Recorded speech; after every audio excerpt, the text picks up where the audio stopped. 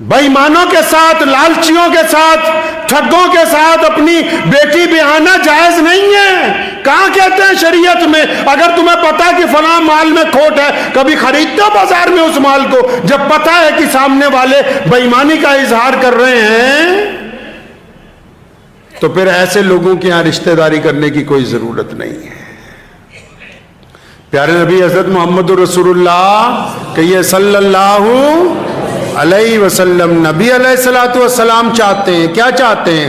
नबी अलैहिस्सलातु वस्सलाम चाहते हैं निकाह मस्जिद के अंदर हो, सादगी के साथ हो, कम लोगों उसमें शामिल हों, वलीमा सादगी के साथ किया जाए, जिसमें गरीब मिस्कीन मौजूद हो साथ में। जो लोग अपनी, जो रईस लोग हैं, अपनी बेटियों का जब निकाह करते हैं, करोड़ों रुपए का इजहार करते हैं कि हम ये दे रहे हैं, हम वो दे रहे हैं, हम ये दे रहे हैं, तो आप माशरे को कोई नेकी की अलामत करने नहीं चाह रहे हैं। आप ये ना समझें कि आप खुदा की गिरफ्त से बच गए। आपके ज़हन में ये बात नहीं आनी चाहिए कि हमने बहुत अच्छा अमल किया।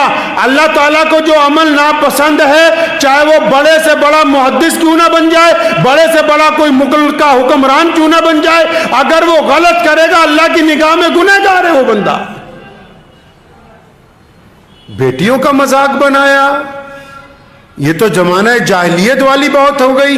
नबी अकरम सल्लल्लाहु अलैहि वसल्लम से पहले बेटी का एहतराम नहीं था। मोहम्मद रसूलुल्लाह ने फरमाया बेटी अल्लाह की रहमत है। मोहम्मद रसूलुल्लाह ने फरमाया जिसके बेटियां होंगी, फरमाया क़यामत वाले दिन वो मेरे साथ होगा। मोहम्मद रसूलुल्लाह ने कहा कि बेटी की इज्जत एहतराम करना चाहिए। रसूलुल्लाह ने यहां तक कहा कि जंग के मौके पर जब दुश्मन की बेटी को पेश किया गया, नबी अलैहि सलाम ने अपनी रहमत वाली चादर उस बेटी के सर पर रखी। किसी ने कहा या रसूलल्लाह ये दुश्मन की बेटी है, फरमाया खबरदार चुप हो जाओ, बेटी सिर्फ बेटी होती है, खा वो दुश्मन की हो या अपनी हो, बेटी को सिर्फ बेटी समझना चाहिए। तो वो कौन लोग हैं भाई, बताओ तो सही मुसलमानों, वो कौन लोग हैं ये जो बड़े बड़े वलीमों में, दावतों में बेटियों के ऊपर इतना बोझ डालते हैं? ये जो लंगूरों की पूरी फौज लेके जाते हैं साथ में बारात में। बारात किसको कहते हैं पता है? हमारे यहाँ लफ्ज है जंज, जंज हुंदी की है। पुराने समय च जाना पैंदा सी ना दूसरे पिंड कुड़ी ब्याहन लई, दहेज भी लियाना, समान भी लियाना, अगले दी कुड़ी भी लियानी, जंगल चों आना ते डाकू लुट लैंदे सी। तां फिर जंज दा रिवाज पाया भी जंगल चों लंघना, बंदे इकट्ठे कर लो ताकि डाकुओं तो माल बच जावे। शरीयत ने तो नहीं कहा कि तुम एक बहुत बड़े लश्कर को लेके किसी की बेटी के घर चले जाओ। इस्लाम में तो ये रिवायतें नहीं डाली। इस्लाम ने कहा लोगों के लिए आसानियां पैदा करो, मुश्किल पैदा ना करो। अच्छा, आप क्या समझते हैं कि आप अगर किसी बेटी के बाप को तंग करके ये उसके ऊपर अपना अजादारी डाल के, उससे माल खींच के, दौलत खींच के आप दूसरे की बेटी के बाप को परेशान करके शादी करेंगे, तो आप क्या सोचते हैं कि आपकी बेटी खुश रहेगी जिस घर के अंदर उसको भेजोगे? जैसा बीजोगे वैसा निकलेगा। एक बुजुर्ग थे, उनको एक साहब ने आके कहा, बेईमान लोग होते हैं ना माशरे में, एक साहब ने आके कहा, उनकी बेटी का निकाह हुआ था, कहने लगा मियाँ जहाँ तुमने अपनी बेटी की शादी की है ना, आपके दामाद ने अब तुम्हारी बेटी के चेहरे पे थप्पड़ मारा है। फरमाया नहीं तू झूठ बोलता है।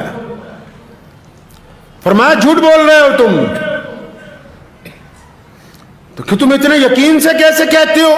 कहने लगे कि मेरे घर में जिसकी बेटी है, जिसको मैं ब्याह के लाया, जो मेरी बीवी है, मैंने सारी जिंदगी अपनी बीवी के चेहरे पर थप्पड़ नहीं मारा, और जिसने अपनी बीवी के चेहरे पर कभी थप्पड़ ना मारा हो ही नहीं सकता कि उसका दामाद उसकी बेटी के चेहरे पर थप्पड़ मार दे।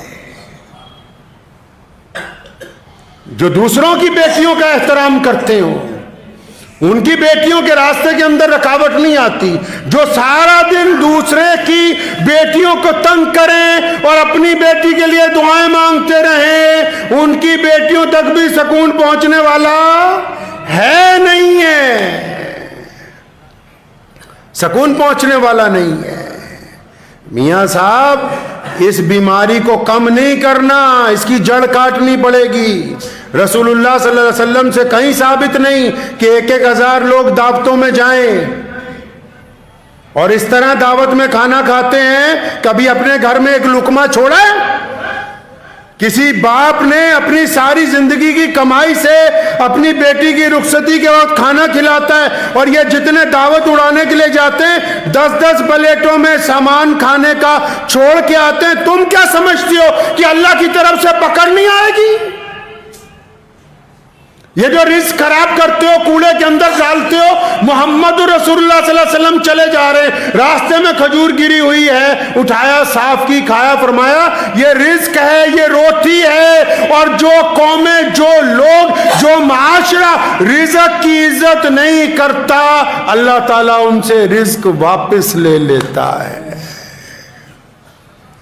پھر کٹورا مانگ کے لے کے مانگتے پھرتے ہیں سڑکوں کے اندر، گلیوں کے اندر۔ جو لوگ رزق کی عزت نہیں کرتے ان سے رزق واپس لے لیا جاتا ہے۔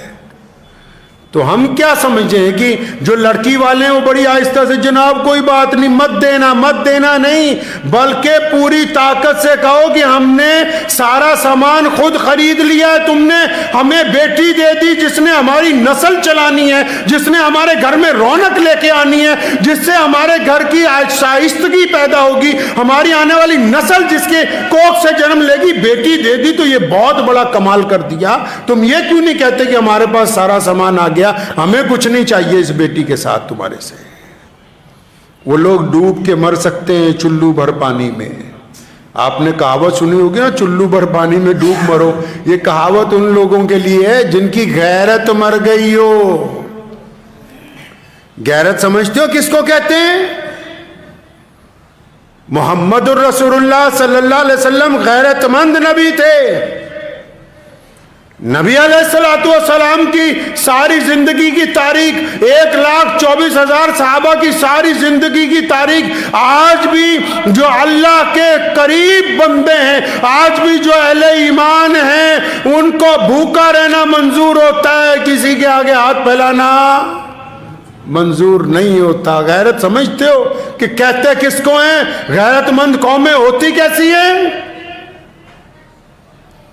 غیرت مند وہ لوگ ہوتے ہیں جو اپنا معاملہ اپنی قوت بازو سے اللہ پہ بھروسہ رکھ کے خود بھی کھاتے ہیں، دوسروں کو بھی کھلاتے ہیں۔ وہ لوگ غیرت مند ہوتے ہیں۔ جو دوسرے کے مال کے اوپر نگاہ رکھتے ہیں وہ غیرت مند نہیں ہو سکتے۔ تو جو دوسرے کا دہیج بھی لے وہ غیرت مند ہے؟ جو دوسرے سے اپنا مطالبہ بھی کرے وہ غیرت مند ہے؟ مرد ہی نہیں ہے۔